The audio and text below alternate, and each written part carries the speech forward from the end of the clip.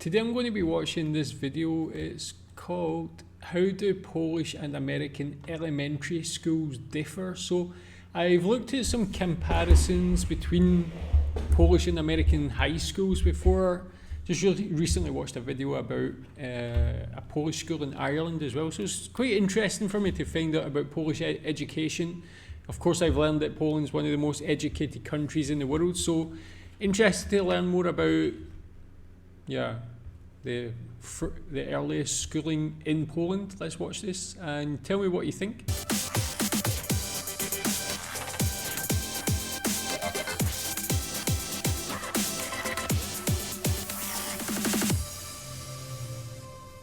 Hello to all of you. My name is Maria Kądzielska and this is Poland Daily Culture.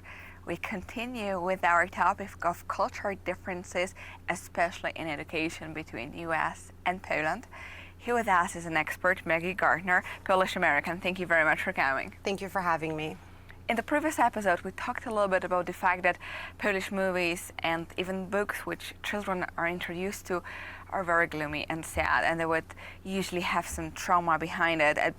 We treat it as a showing them what the reality is, and that there is death, there is some trauma, it can't be always happy.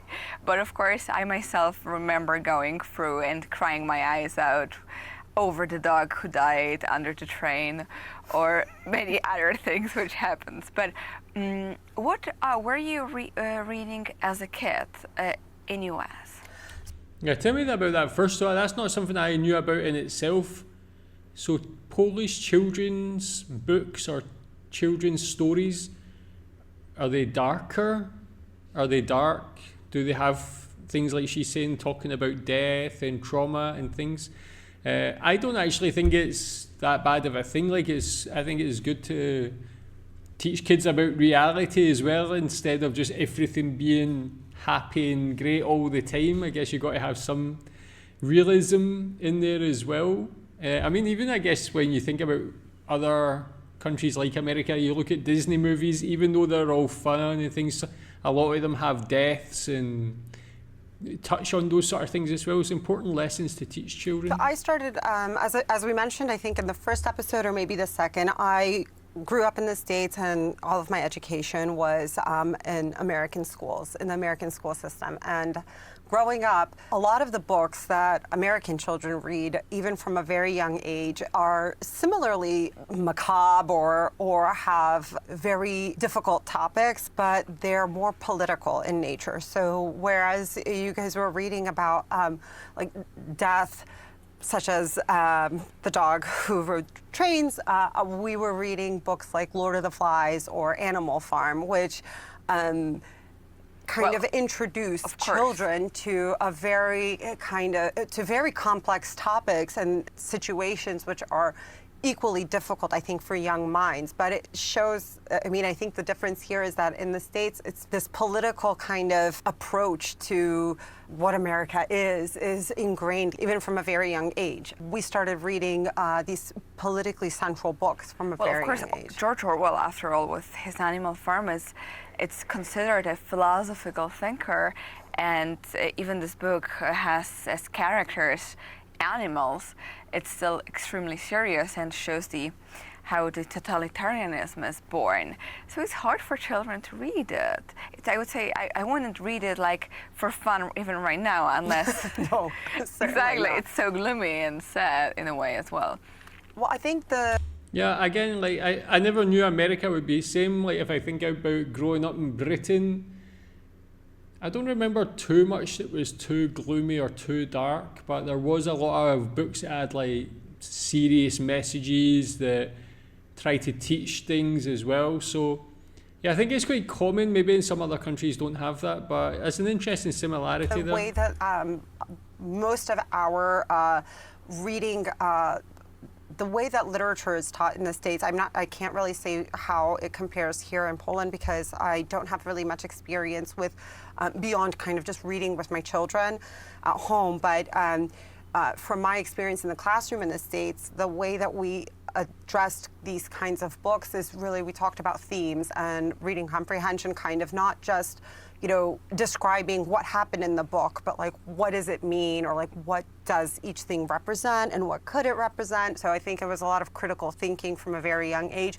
I can't say how that compares to the Polish school system. Simply, I just don't know. But that's what was taught in the States from a very young age: is critical thinking, critical thinking, critical thinking. Yeah, but again, Yeah, again, that's something that's very important. Like I feel like these days it's not as common. Like for me, I 100% try to teach my children about thinking critically about everything, always giving things a deeper thought and trying to understand things on a deeper level as well. So it's very, very important. It's good to see that.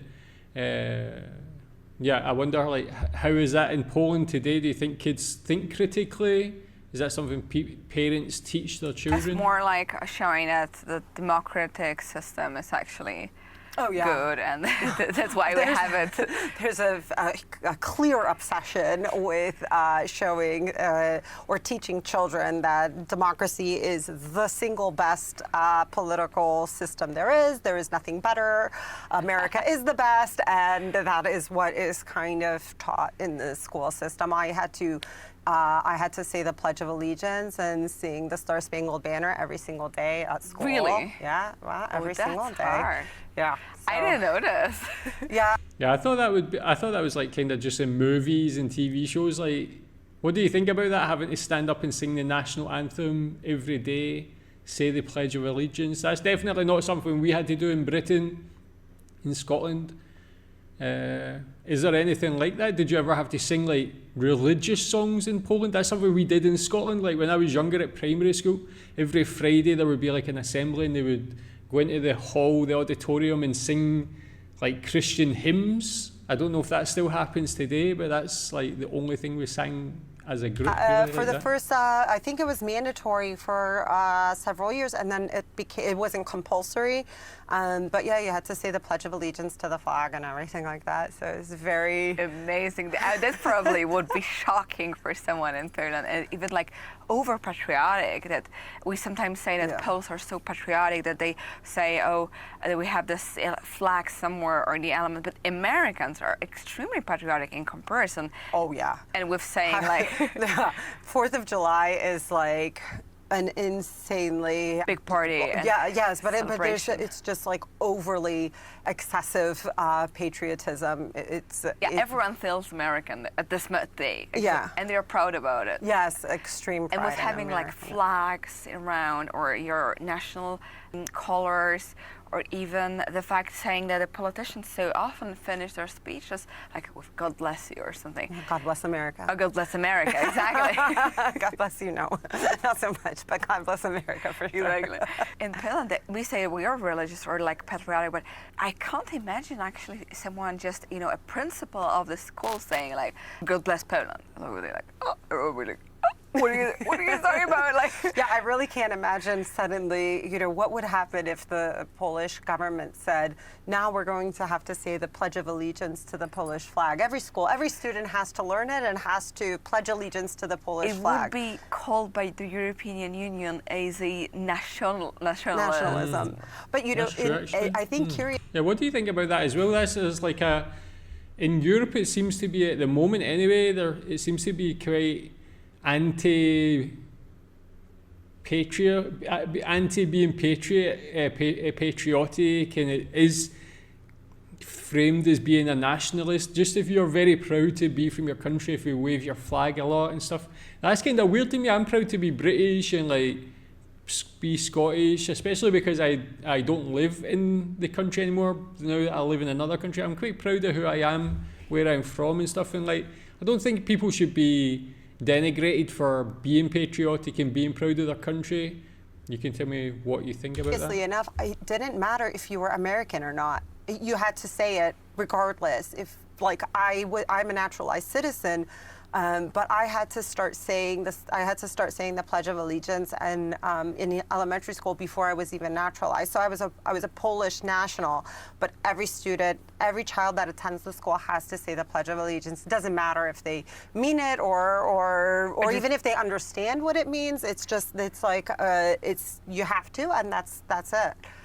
Well, that's shocking, but also very interesting. If you yourselves, the viewers, Yeah, tell me what you think about that then. Some interesting subjects about education, patriotism there, about the difference between those two countries. But if you want to talk about it just on a Polish, with regards to Poland, then tell me what you think about that. Do you think Polish elementary school, what do you think about the level of education there, about how you read, how you think critically, how it's taught? Do you think it's good? Do you think it could be better? What and talk about Polish patriotism as well. So tell me what you think about how you feel to be Polish. Are you patriotic? You think it gets a unfairly negative view to be patriotic these days? Tell me what you think. Thanks.